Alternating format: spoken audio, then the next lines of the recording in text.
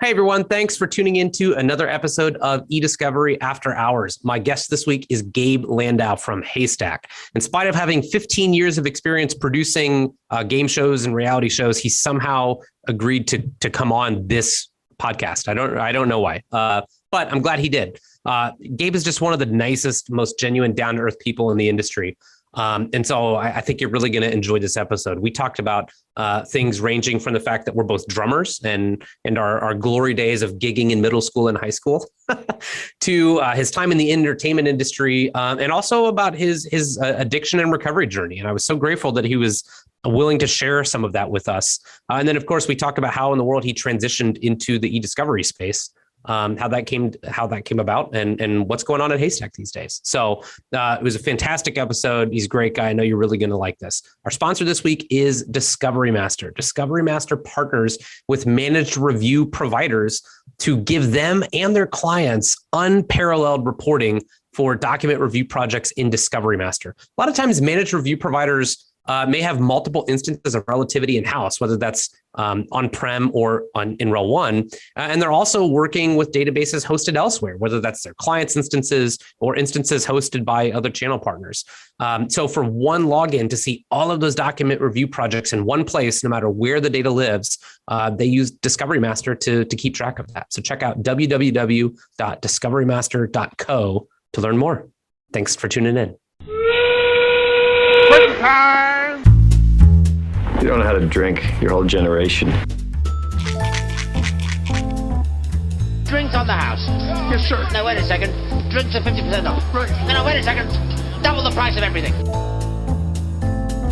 And I work only 16 hours a day. A union man only works 8 hours a day. I belong to 2 unions. And now, eDiscovery After Hours with your host, Ryan Short.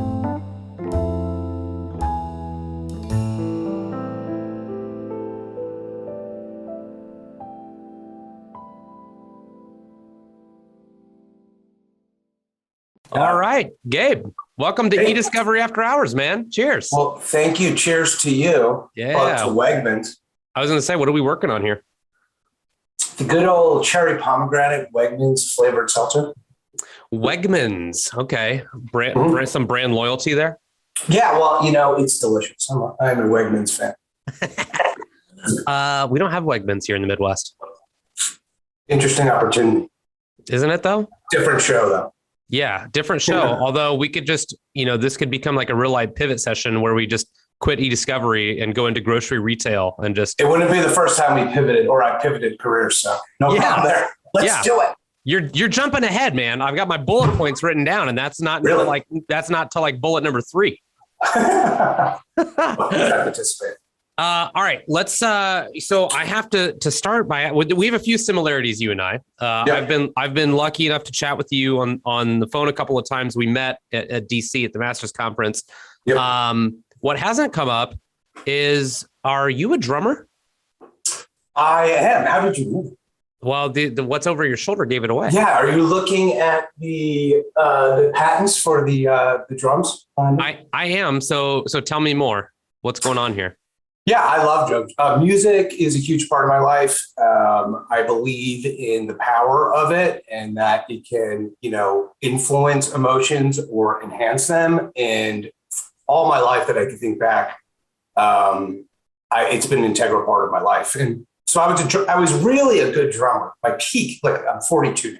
My peak year in life was 8th grade. 8th grade, it's crazy. I was 8th grade. I was in the band and orchestra. I was the star drummer of the school. I had the solos. It was great. And then, it just kind of went downhill. It happens to the best of us. That's when my hair was thickest. It looks like you follow in that vein as well.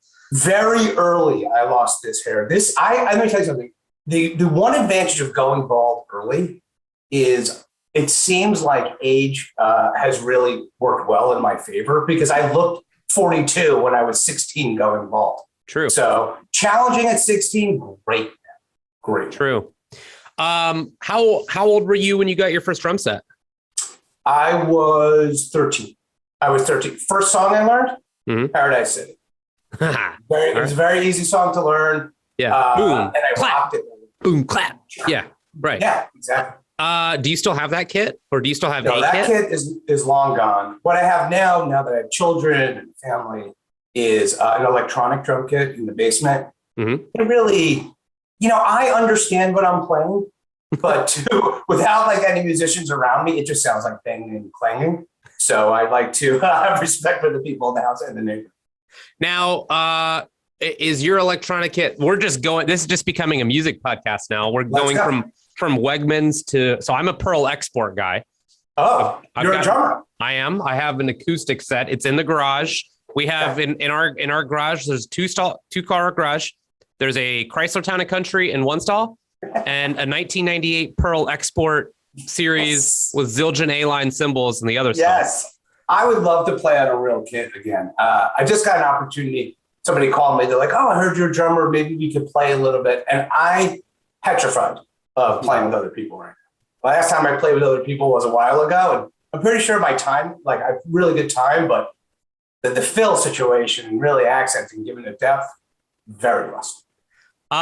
Yeah, I mean, I think you're born with rhythm, like you have it or you don't, Totally agree. I totally agree. You ever see like my daughters are dancers and they can count. It's unbelievable. But you get them out of that environment and it's like they don't know what they're like, I don't, what's up and down beat? I don't understand what this means. Yeah. That's funny. I mean, go ahead. There's a guitar over your shoulder too. This is where I'm narrating now for those listening but not watching. Yeah. It's like you can learn some basic chords, right? Like the first three chords that everybody with a guitar learns is G, D, and C. And then if you have a capo, you can play any song ever recorded. Essentially, you want to get real angsty, learn the A minor, E minor, and that's like, ooh, You can really get dark. Real dark, real fast. But you can teach anybody basic chords, on the piano or the guitar. But with drums, with rhythm, you just have it or you don't. It's given to you by nature or God or the gods, whatever your framework on life provides. Yeah, exactly. Yeah. Whatever it is, it's like you can't really develop that. That's just something you're born with. I'm white, but I got rhythm. Yeah, well, I don't think it. We won't go down that road. But I think from a young age, I was, the first instrument I played was sousaphone. Let me tell you, the only kids ever to play the sousaphone were the fat kids. Is this like a tuba? Wrapped around you. It sounds like it sounds like something Dr. Seuss made up. Yeah, it's exactly right. And it was disastrous. And then I always been fidgety. Like I do that. And then I have like a fidget thing here. And it just naturally kind of worked. Yeah. Just kind of figured it out. And then I found a lot of solace in it, right? I mean, especially going through the teenage years, and I was in a band, and just found an outlet to get the energy out. Yeah, I hear you. Yeah. I dig it, man. Yeah. Music was always a big part of my life. And when, so I played in garage bands in middle school and high school, and I would fill in college if guys, I wasn't part of it. I didn't have a gigging band, but I would fill in for drummers. And, then when you move to Chicago and live in a studio apartment for a couple of years, you don't play the drums anymore. No, they're gone. Yeah. So right as I was wrapping up my MBA and jumping into eDiscovery, I was like, okay, it's time to become a gigging musician again and join, I don't want to write or record original stuff. I just want to, play the hits that people like to dance to. I want to be a cover band. I still have this. I'm totally with you. I want to play everything in 4/4 time. I just want to keep it really simple, right? And just have everybody grooving on the dance floor because that's what they're going to move to and just have fun. Yeah. Still have this dream that it's going to happen. So I was talking to somebody at a global law firm who is part of a firm band. And when they have their partner retreat, they get together and like gig at this retreat. And then I started thinking, how could we do like an eDiscovery band, right? Like whether we play at, like ILTA or Women eDiscovery or whatever, there's just this like eDiscovery band where it's just like, what's up? Who wants some, like, you want some Paradise City? You want some Casey and the Sunshine Band? Listen, you want some George Strait? We got it. Listen, I actually saw Casey and the Sunshine Band conference. Let me tell you, Casey and the Sunshine Band in person. Let me tell you something. Yeah. Casey really puts on his boogie shoes. Oh yeah. He had this and it was not, he had this like an Earth, Wind and Fire outfit on and with like this like these arms that had these tassels that came down and super dramatic dancing. I remember, I just remember it was at MSG, and I was with my buddies, and we were like, I don't know, we were like 19. And I was interning at a radio station, Hour 105. And it was just so dramatic. I loved it. My friends were like, let's go. I'm never going to do this again. What are you going to do?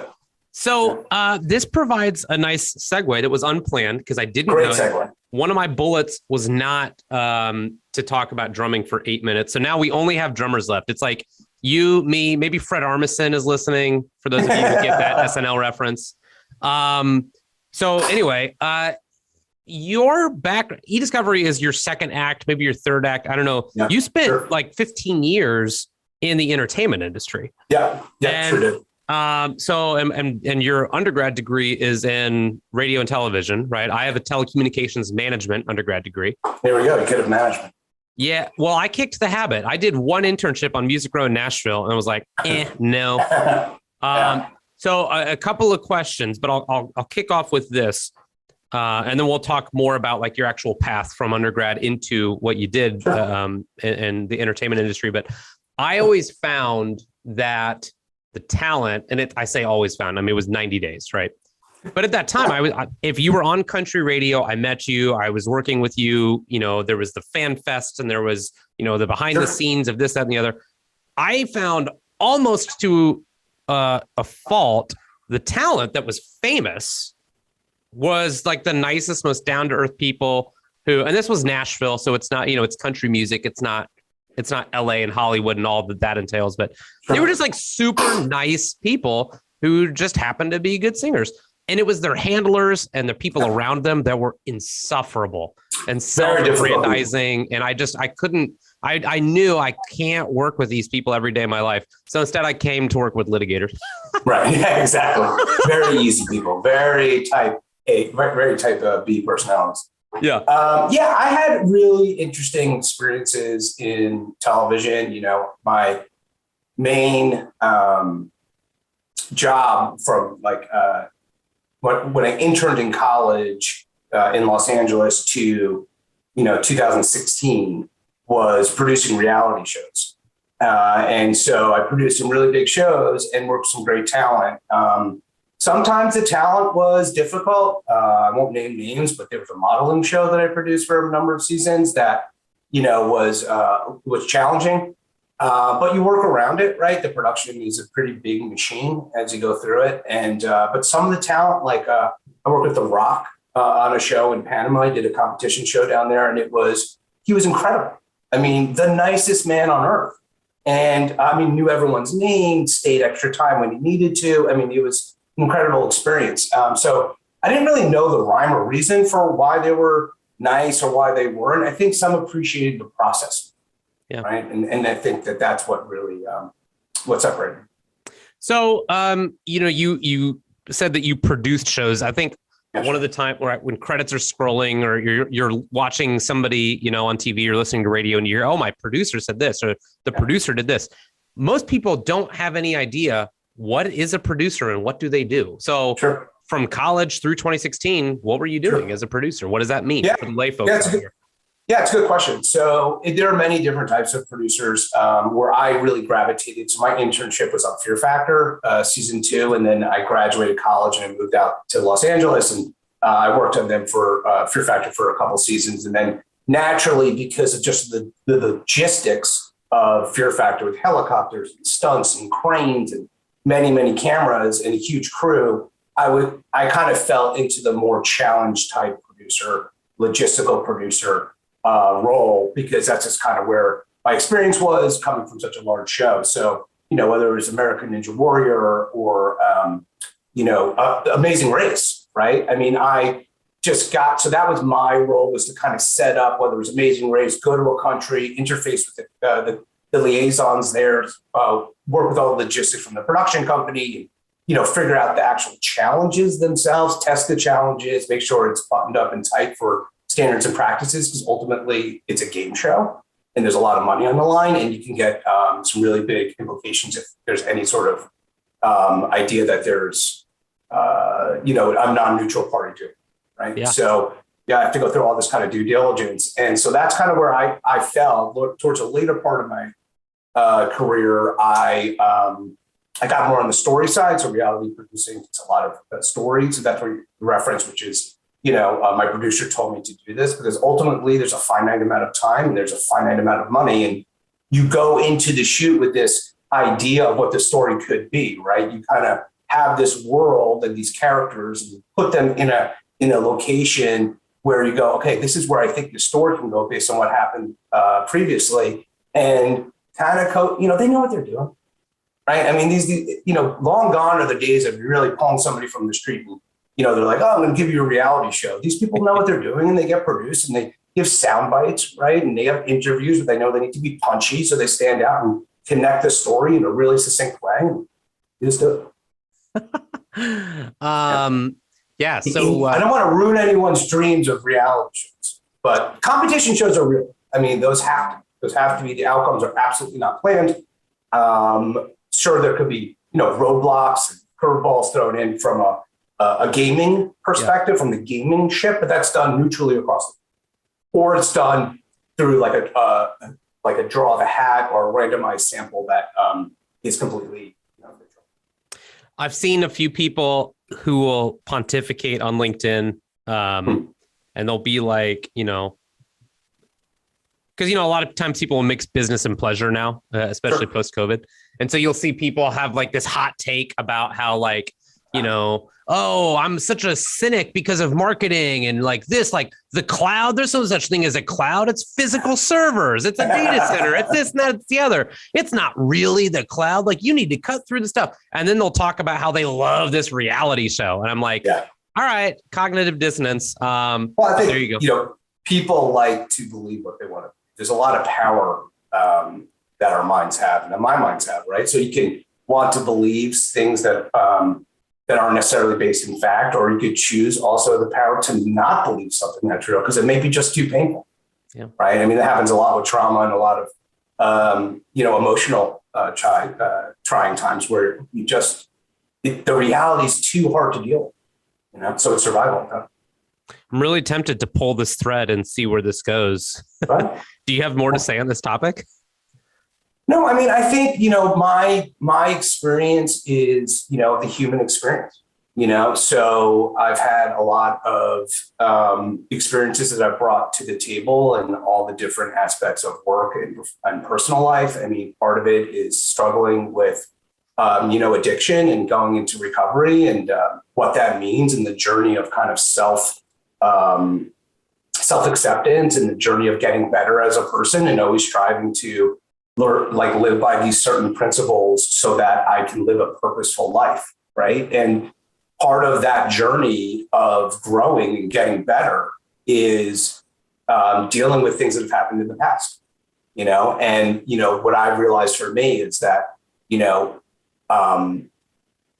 things aren't always what they seem, right? And my emotional reaction to things is not necessarily rooted in reality. It's rooted on what I think things should be. And a lot of times in the past, that wasn't exactly right.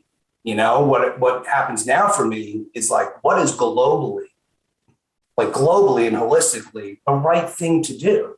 Now, sometimes I've learned over, many years is that doing the right thing sometimes is incredibly hard. It's incredibly hard to do it because a lot of times it's not self-serving, right? I don't mean the right thing for me. I mean the right thing globally, right? You go through a divorce, which I have, and I have children, and you realize that a lot of times with the right thing is not for me as Gabe Landau, the person, it's for my children. So it's my initial instinct could be, I don't want my ex-wife to have my kids on this particular day for this particular reason, but because it takes away from me. But when they take me out of it, like it's better for them to be there, right? So I just have to kind of deal with stuff. And, luckily for me, it's been a really fascinating journey and one that I love to continue. Man, yeah, we could go really deep and spend a lot of time on those topics. And I appreciate that you're vulnerable and you're willing to, to mention some of these things that you've gone through. I found, because I've lost family members to addiction, who went before their time. And I have friends and family who have been in recovery for many years.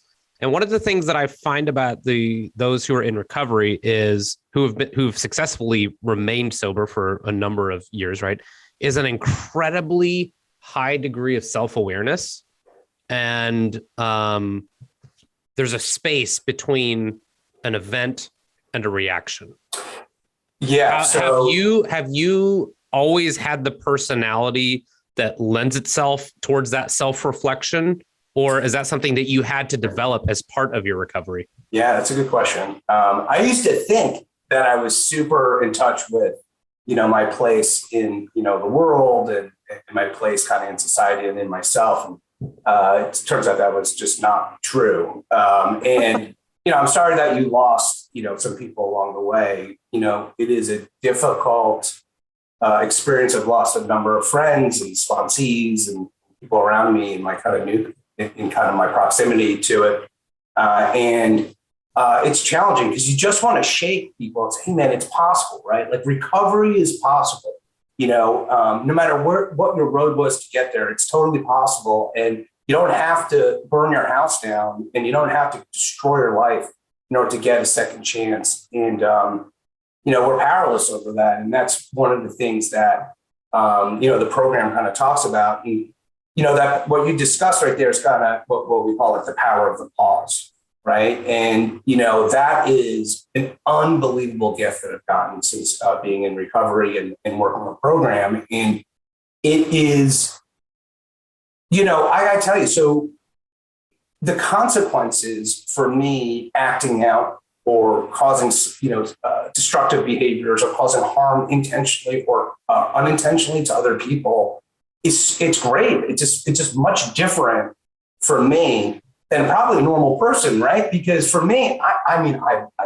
dwell on it. Then I get self-loathing, and then my emotional recovery starts failing and starts lowering, and then all of a sudden I'm in this really negative space that could lead to using or dying. I mean, if we go extreme, but there's steps before that happen where like I'm just going to cause harm, because not only did I cause harm, and now I caused harm, but I know that I shouldn't cause harm. So now I'm beating myself up for doing it. And, it just, lower down the rabbit hole I go. And, I've done that and it's not pleasant. And, luckily I have the opportunities to restart, my days and really just take it just one day at a time. It just really is. And every day I just, say my prayers and I do what I do. And I, just really try to do my best for that day and be of service.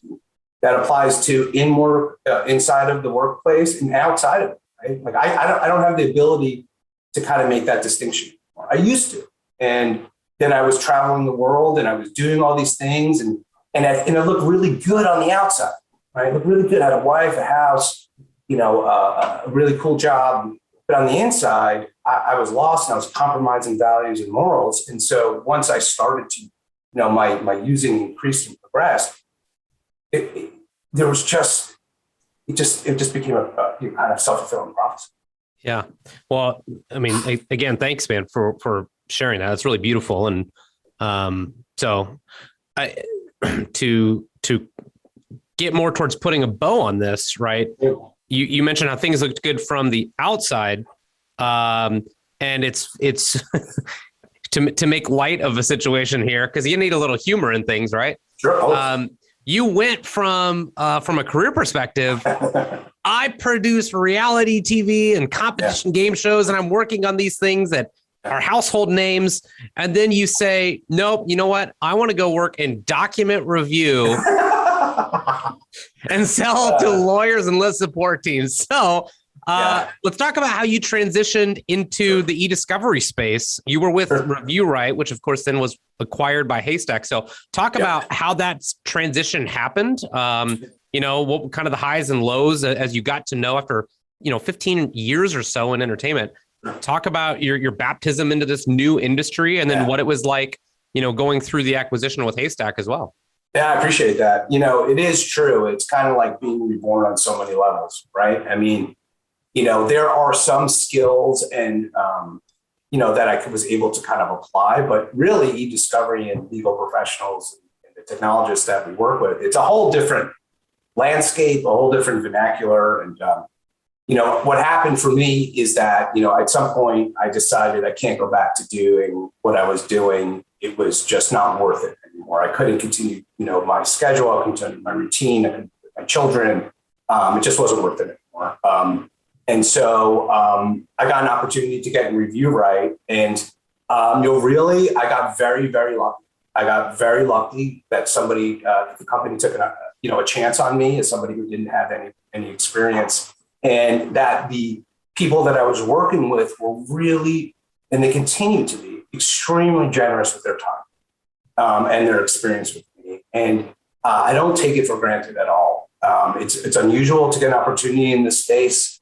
It certainly has provided a life for me that is more in line with what I'm about today, right? And, I think the thing that has been with the acquisition is just been extraordinary growth and exposure into new sectors and opportunities that I actually can bring value to the table now. So like the company, I've been very, very fortunate with Haystack and all the leaders here. And they've just been, I don't know how to, I just think, I really believe in the idea that, look, I question, right? Because of my experience, I'm like, oh my God, how am I on this podcast? I'm like, I don't understand, nothing to say, right? No one cares anyway, right? And, the belief and the support that I have here is kind of something I've never experienced in my life. And I think in the e-discovery profession, going to the masters and not going to these conferences, there is this idea that a new voice and a new perspective that is passionate and excited for the space and for service and to deliver and solving complex problems. And, that's what I bring to the table. And of course, a level of knowledge base. I wouldn't be in business if that wasn't possible. So it's been exact case for certifications for me and programs and all these things. And, I love it. Like, I love learning about this space. I love meeting people. I really believe in the power of human connection, and I thrive off of it. And so it was, an incremental process, starting with the document review side, because that was a little bit easier for me to wrap my head around, right? I kind of got down with that. We have an interesting process, and it's kind of unique to the space. And then, getting more to the left side of the spectrum with forensics, and then of course processing, and now with cyber, it's just been an amazing journey. And I look forward to more what's to come. I love it. All right. So tell me one quick thing that people ought to know about Haystack and how they can get a hold of you. Yeah, I mean, Haystack is in this perfect size company, right? We're not the huge companies. We're not the small mom and pop shop. We thrive on being agile and nimble and create solutions for clients' needs, not just the client as a whole holistic level, but also on the case itself, right? So we're very creative. We have a deep bench of technologists that work on our staff to come up with solutions on the fly or create solutions that are kind of augment what's already with the client. So you can find us at, haystackid.com or email me at glandau@haystack. Yeah. Awesome. Gabe, thank you so much, man, for coming on the show. This was awesome. You are the man. I really appreciate the opportunity. I love talking with you, and this podcast is true. Thanks, man. Cheers. Right, cool. Cheers, dude.